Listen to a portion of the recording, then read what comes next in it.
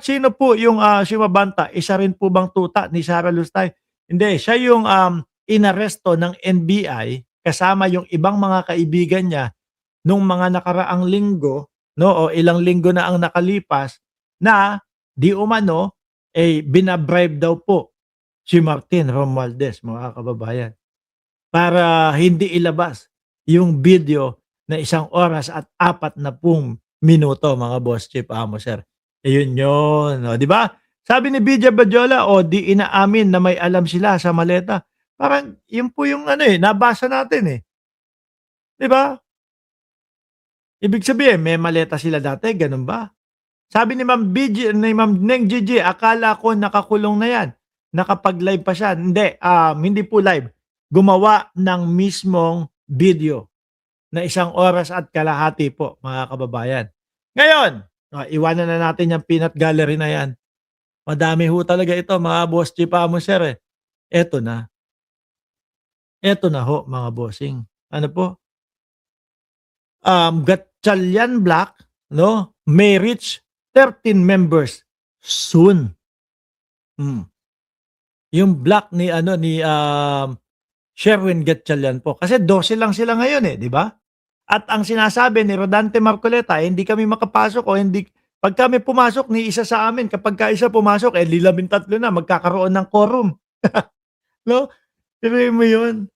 Kaya pala sila Marcoleta, hindi nagpapapasok nung mga nakaraang araw. Ngayon po, mga kababayan, sabi dito, Gatchalian Black may reach 13 members soon, Bam Aquino.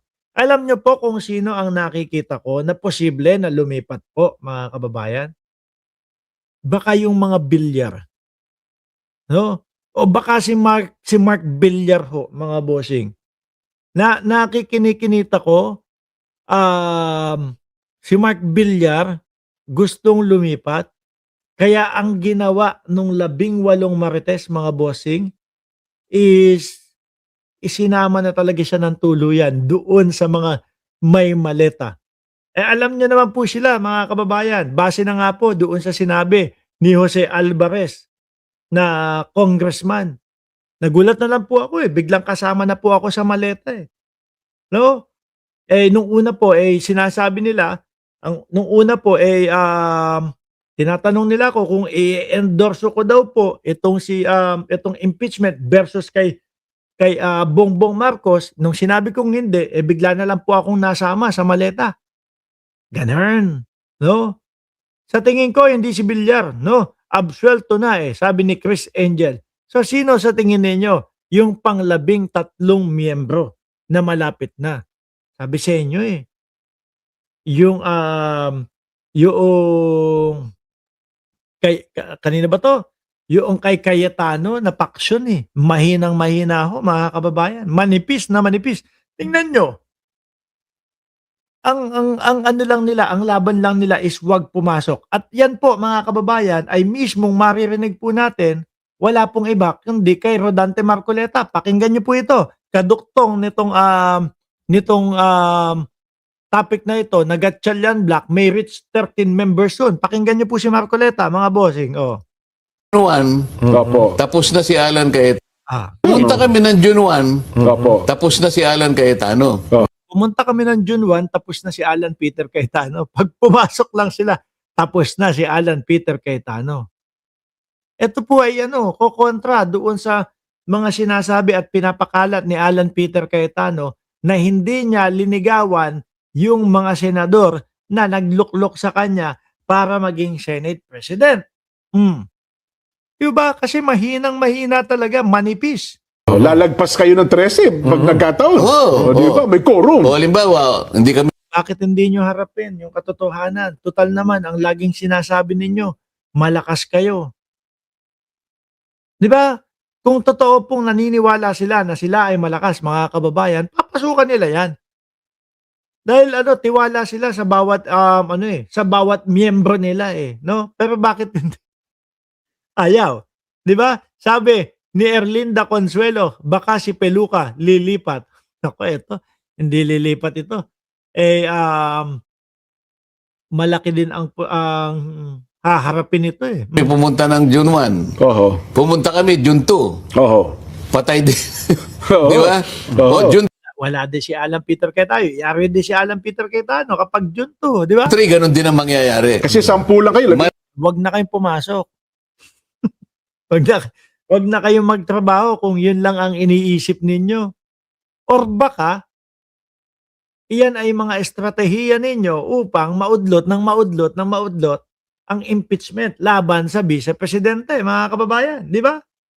Oh, Malaya Oo. at legal nilang mailulugso si Alan Peter Cayetano. Kapag ka Ngayon, nagtago kapag pa, talo kayo. nagkaganon, yung sabi niyo po, malaya at legal nilang mailulukso si Alan Peter Cayetano.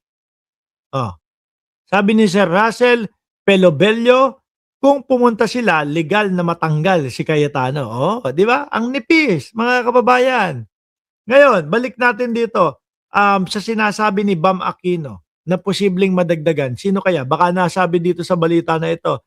Sabi ko dito, mga kababayan, Manila, the block of Senator Sherwin Gatchalian may soon reach 13 members to formally install him as the new leader of the Senate. Nako. Ang sakit nito sa parte ho ni Alan Peter Cayetano, mga bossing, ni Petra. Iyan tao na yan, alam naman natin, sobra kung makakapit po yan. Parang tuko nga daw di ba? Hindi bibitawan yung posisyon. Kagaya na lang, nung ginawa doon sa Kongreso, nakipag-term sharing. Tapos nung tapos na yung kanyang termino, wala na, ayaw na. Di ba? Sabi ni Marvin Flores, lumipat na po ang gustong lumipat sa tunay na Senado nila Gatchalian para manahimik na ang Senado. Tanggalin na ang mga wad, senador, labanan, labahan mo kasi ang peluka mo. After gaining a quorum of 12 with appearance of Senator Francis Escudero, on the Senate floor on June 3, Gatchalian was installed Senate President pro tempore. Tsaka si Gatchalian na po talaga ang pinapakinggan po, mga kababayan. Pati nga Land Bank, di ba? Siya na yung siya na yung sinasabi, kumbaga, siya na yung nire-recognize bilang leader, acting leader o acting Senate President ng Senado, mga kababayan. Di po ba? Ngayon, ito pong si ano pangalan yan? Si Alan Peter Cayetano, alaws na po yan.